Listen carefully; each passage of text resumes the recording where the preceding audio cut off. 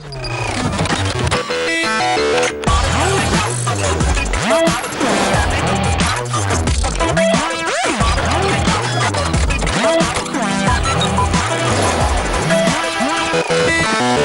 and welcome to another episode of Gadgets and Gizmos. My name is Gaurav and this episode is power-packed. I've seen it 3 times already, and before we go ahead, time for a superhero joke.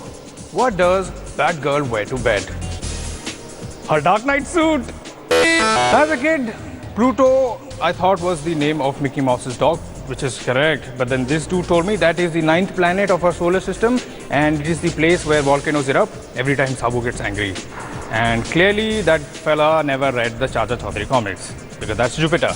But we will know everything about Pluto thanks to New Horizons spacecraft. We just flew by it, and Pluto, you're not lonely anymore. We will get to know you better.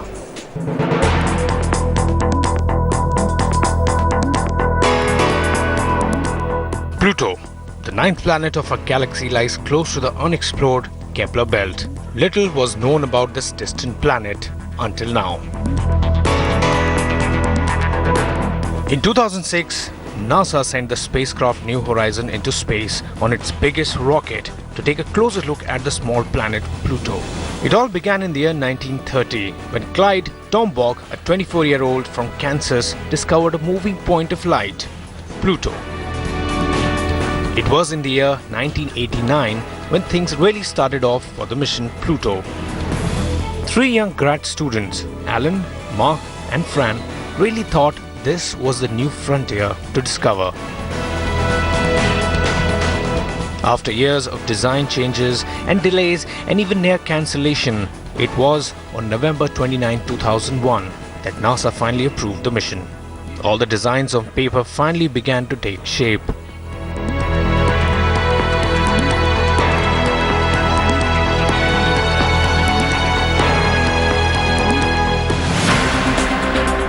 The spacecraft had to be light and at the same time would have to carry the latest of scientific instruments for observation and analysis. There was LORRI, which would be used for navigation approaching Pluto and close-up view during flyby.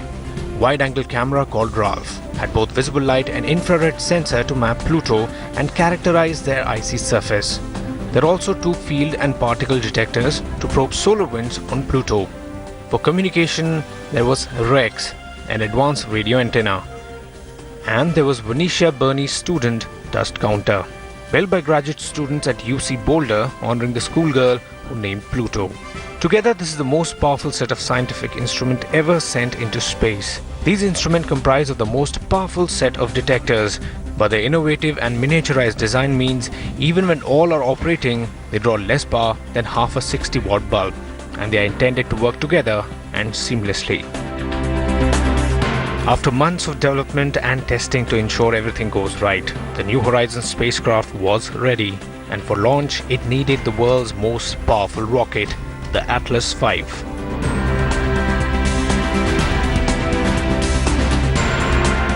On Jan 19, 2006, after 17 years of planning and testing, it was a picture-perfect launch. New Horizon made it into space. Its velocity at launch was the fastest ever.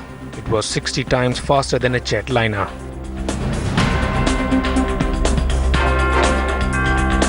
The spacecraft passed the orbit of Moon in just 9 hours. Apollo took nearly 10 times that long. 1 year later, a slingshot from the gravity of Jupiter provided another 2 km per second boost, cutting travel time to Pluto by 3 years. After traveling through the empty space, it was on December 2014 that the spacecraft woke up.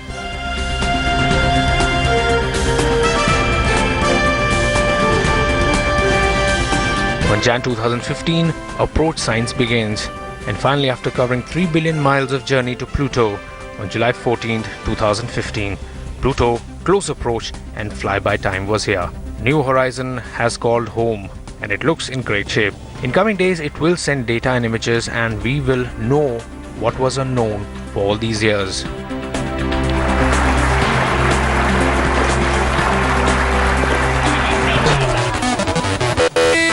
Michael Jackson once said, "It don't matter to me, baby, if you're black or white.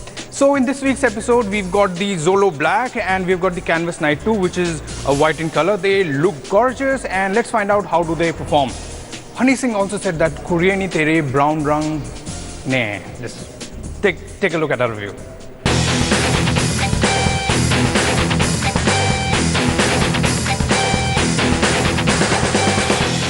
In the house today are two new offerings from Xolo and Micromax, and we decided to hand them over to our in-house nerds, Sahil and Gaurav, for a day.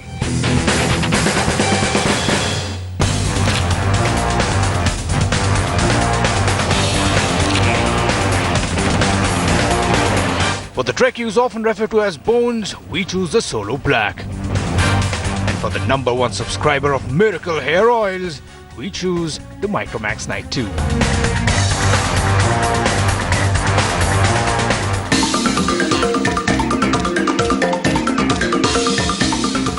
The moment you get your hands on the Xolo Black, it will surprise you in a pleasant way.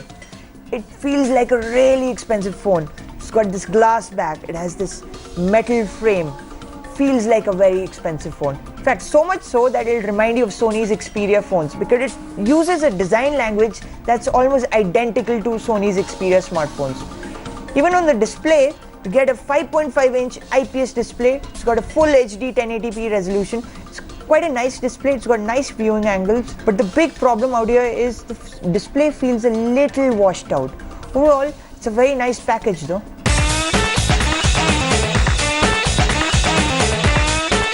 And just like my hairstyle, this phone also looks awesome. I'm talking about the Micromax Canvas Knight 2, and this phone looks gorgeous. Micromax as a brand has come a long way, and they have their own design language which shows here. Now this is a design which everyone is adopting these days, but they've tried to give it a different feel.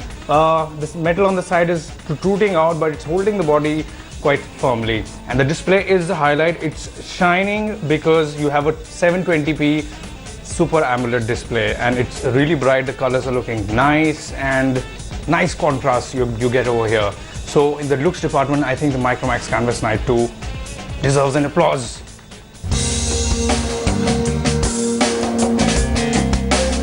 So the Xolo Black has a 13 megapixel camera on its back. It also has a 2 megapixel camera, which makes it one of the first phones in the market to offer you a dual camera setup. In fact, under 15,000 rupees, this is the only phone in India to offer you two cameras on the back. The front, it also has a 5 megapixel camera, but another unique thing out here is that it has this flash module, which again is a unique thing for a sub 15,000 rupee phone. Only the Micromax Canvas Selfie right now offers you a front flash. Overall, the image quality of the rear camera is pretty good, especially in daylight like this. Close-up photos are nice and detailed, and the 13 megapixel resolution really helps with the details. In low light, obviously there's quite a bit of noise, but the photos are quite usable. For selfie lovers, the front-facing camera is actually pretty good, especially in low light situations considering the flash. Well, talking about the camera, at the back you have a 13 megapixel camera along with LED flash. Now the pictures come out really well under bright sunlight, where you get good colors, good details, but then it has a tendency to overexpose those pictures, but overall they look good. Low light photography is something that is a little disappointing, but then that is why they've given you an LED flash. Talk about the front facing camera, you have a 5 MP camera which does a decent job.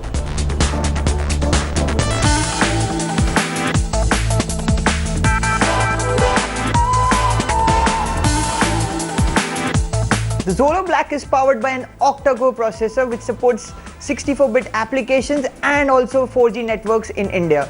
It also has 16 GB of internal memory, 2 GB RAM, and also a micro SD card slot in the case you want to expand the memory of the phone. In daily usage, this phone is pretty smooth. It multitasks really quickly and switches apps also at a very rapid clip. Overall, it's a very nice phone to use. Alright, let's talk about the performance now. Powering this phone is an octa-core processor, and you have 2 GB of RAM. The combination does a good job, and all your daily operation would be dealt with quite nicely. So surf web, open apps, play games, and you won't be disappointed.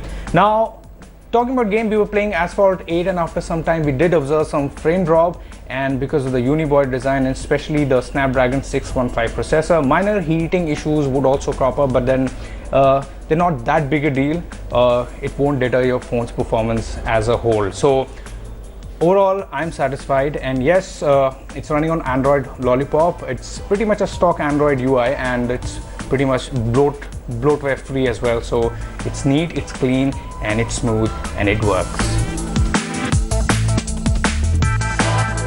Oh, by the way, this phone is actually pretty good for gaming. You can play graphically intensive games without many issues. The frame rates don't drop a lot, and more importantly, this phone really doesn't get warm. Recently we reviewed the Xiaomi Mi 4i, which runs the exact same processor and the same amount of RAM, and that got really warm. This one stays relatively cool. In fact, we would say this phone remains cool as a cucumber.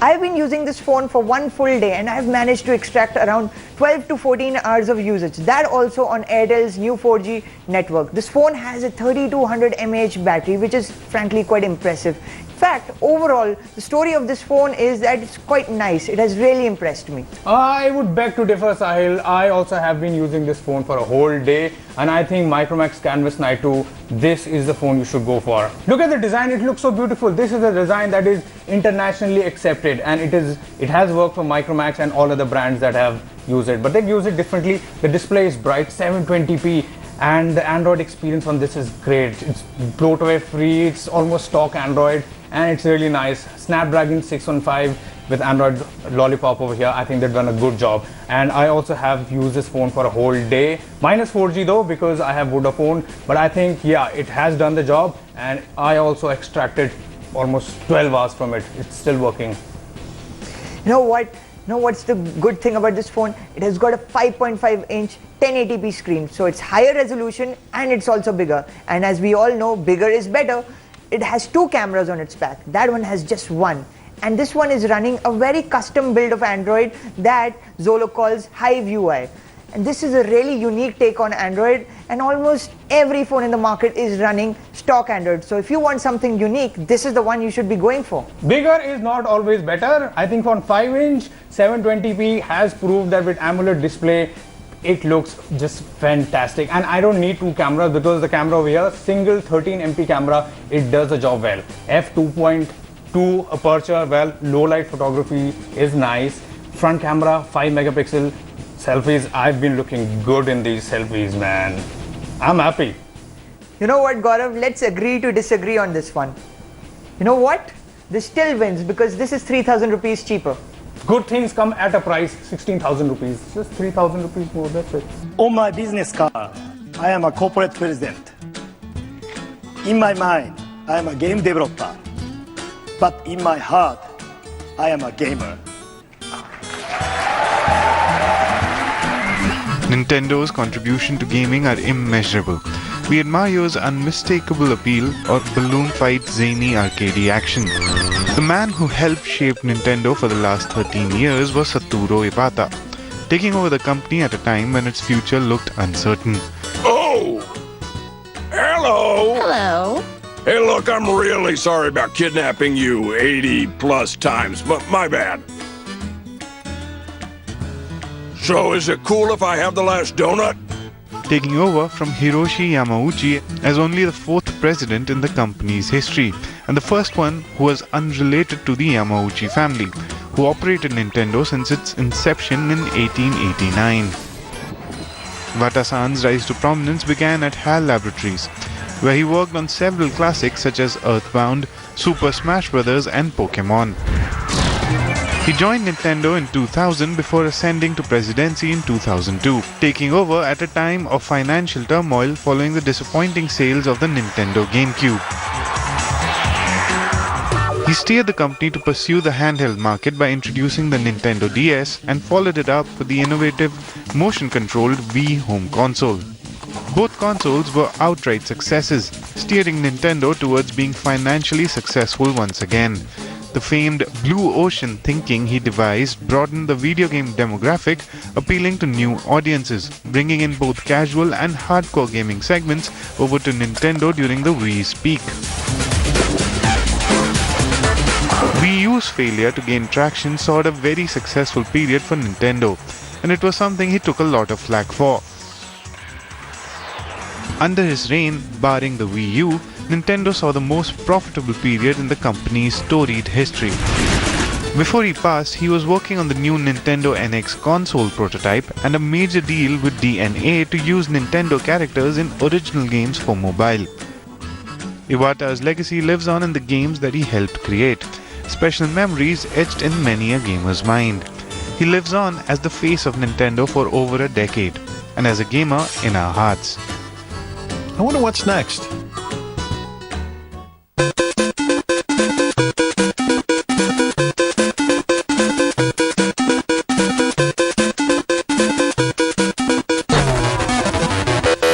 He was a true gamer at heart, and his biggest legacy might be bringing all those fascinating games to all of us. After a pause, it's time to resume.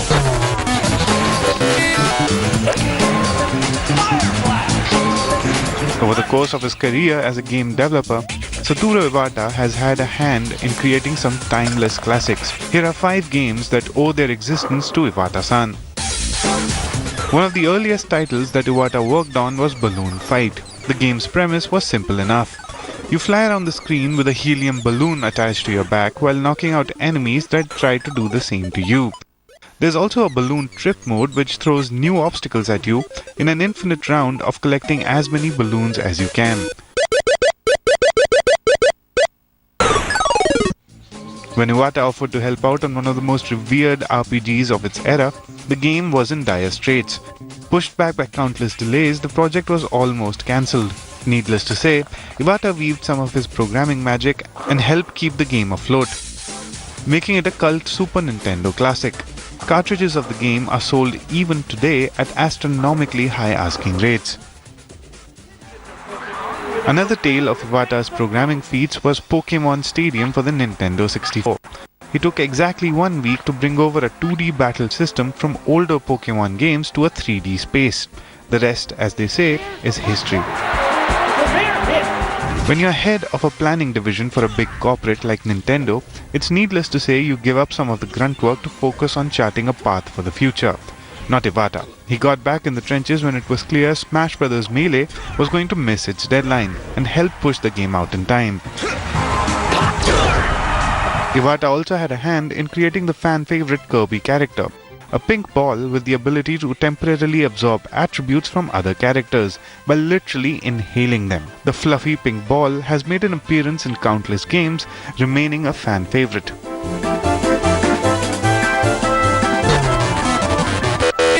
Time to take a look at what's making news in the world of technology. But before that, a superhero joke. What does Spider-Man tell people when they ask him what does he do for his living? Well, he says that he is a web designer. Xiaomi has announced 2 new products in its portfolio. Xiaomi Mi TV 2S is a premium 48-inch 4K television that measures only 9.9 mm at its thinnest. The UHD display is from Samsung and the TV is powered by a 1.4 GHz quad-core M-Star 68928 chip. The television display can render 4K at 60 frames per second and it supports H.265 10-bit hardware decoding as well. The television comes with a subwoofer and soundbar and incorporates the latest Dolby sound technology for an impressive sound experience.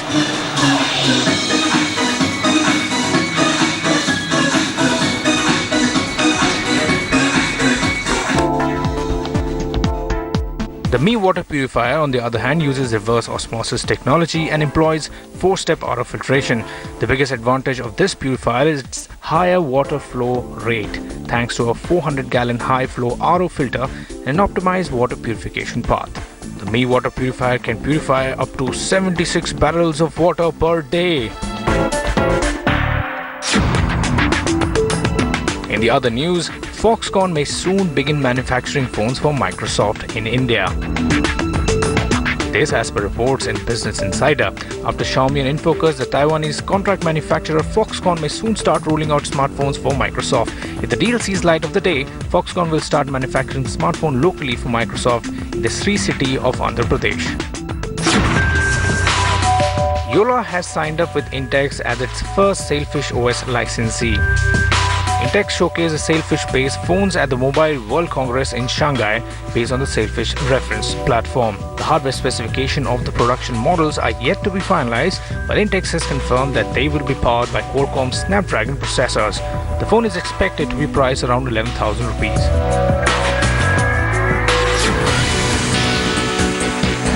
Intex Technology has also announced its foray into the wearable segment with the launch of a smartwatch under the name Iris, which is exclusively available at eBay. The Iris comes with an inbuilt 3G SIM support and enables the user to make receive calls through Iris independently without carrying their smartphone.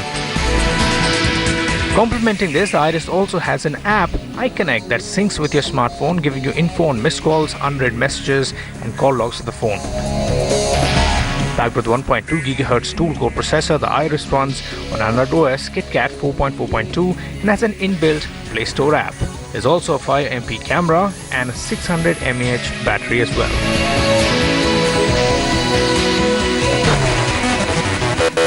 Alright, so the show comes to an end. We hope you enjoyed watching it. If you want to know more about technology, what all is making news, what are the new things that are coming up, always visit our website indiatoday.in and go to the tech section, because if you know nothing about technology, you have to watch Gadgets and Gizmos.